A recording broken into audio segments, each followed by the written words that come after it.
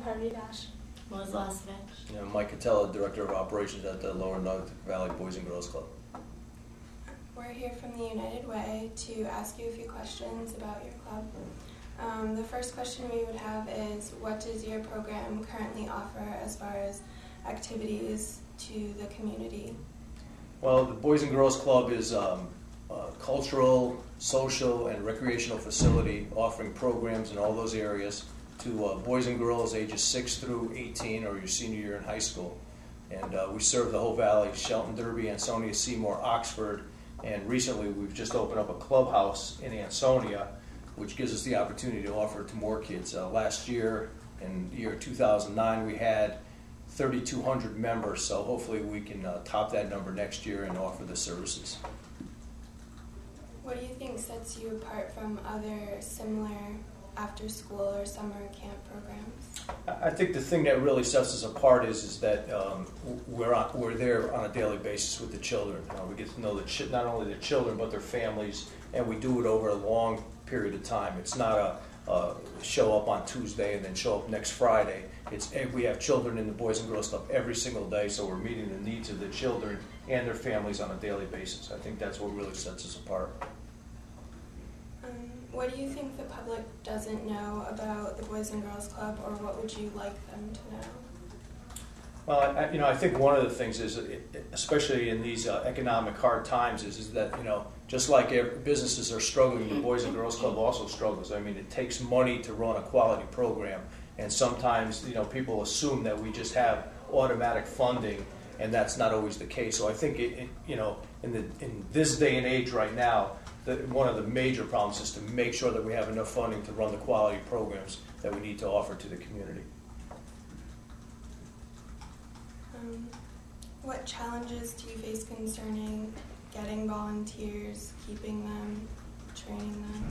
Well, I think the biggest problem with volunteers is a commitment on their end. I think enough people know about the Boys and Girls Club, and we do get great community support, but the one issue that always comes up with volunteers is how long are they going to stay and volunteer, and are they going to be consistent? Because one thing children of today need is consistency.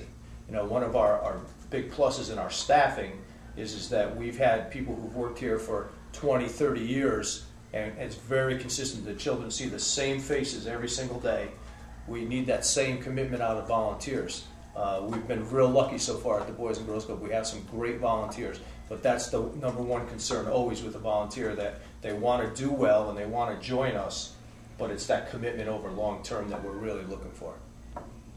Do you have the need currently for any new volunteers, or are always you looking for always. any specific opportunities? Well, I'll tell you a real quick story. One of the programs that we run now is crocheting for boys and girls, and it's something that probably our grandmothers did.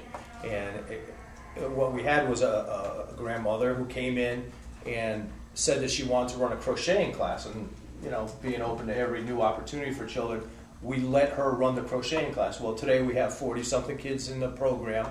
She comes every Monday, every Friday, without fail, and now we have children making all kinds of blankets and hats and mittens, and we've sent stuff to Iraq for the soldiers.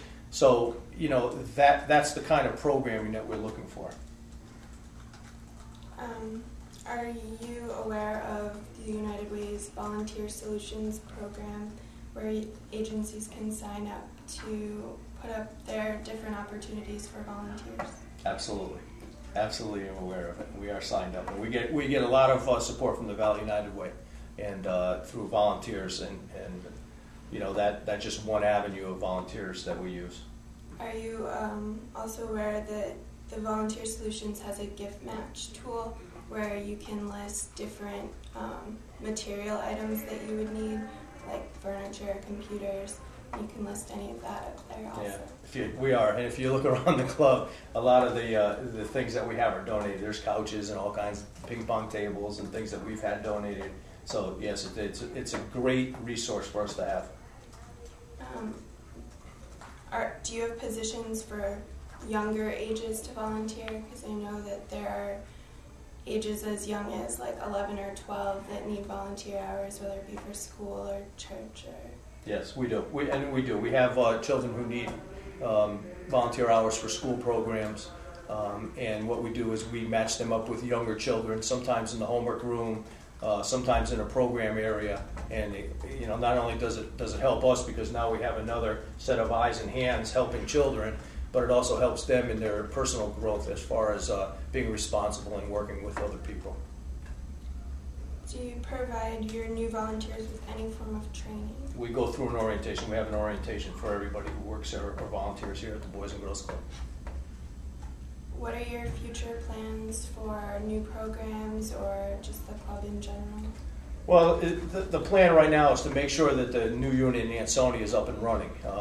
They probably could use the volunteers as much as any part of our organization right now.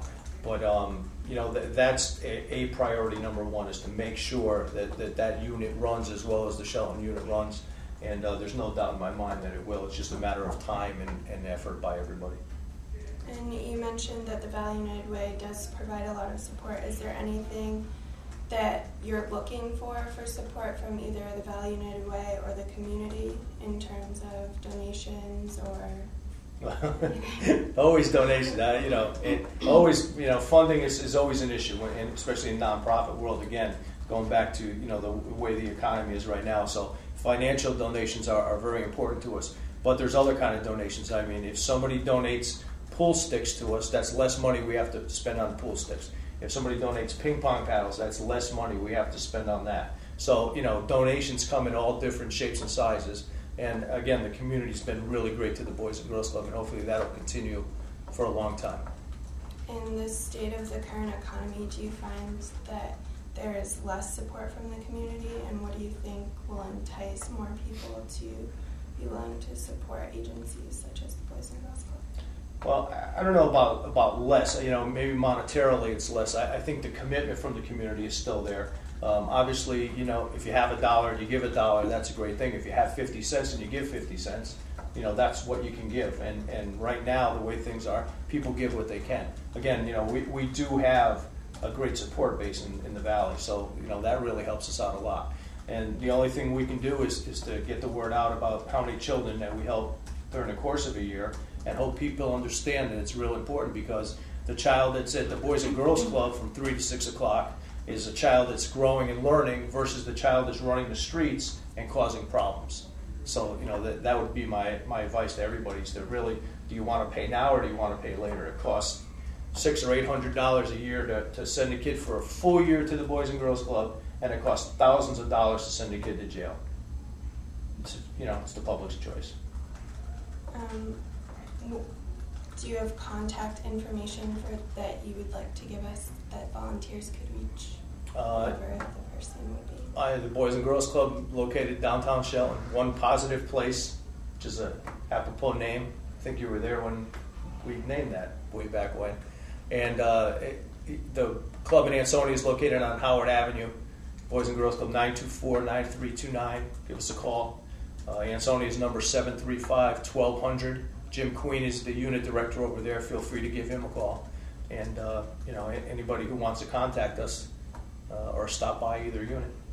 Do you have any suggestions for us as we interview other agencies as far as questions we should be asking? Or I think you covered it pretty good. The need part and making sure they're aware of your program as opposed to you being aware of theirs. So works out real well. Thank you. That's it. Good deal.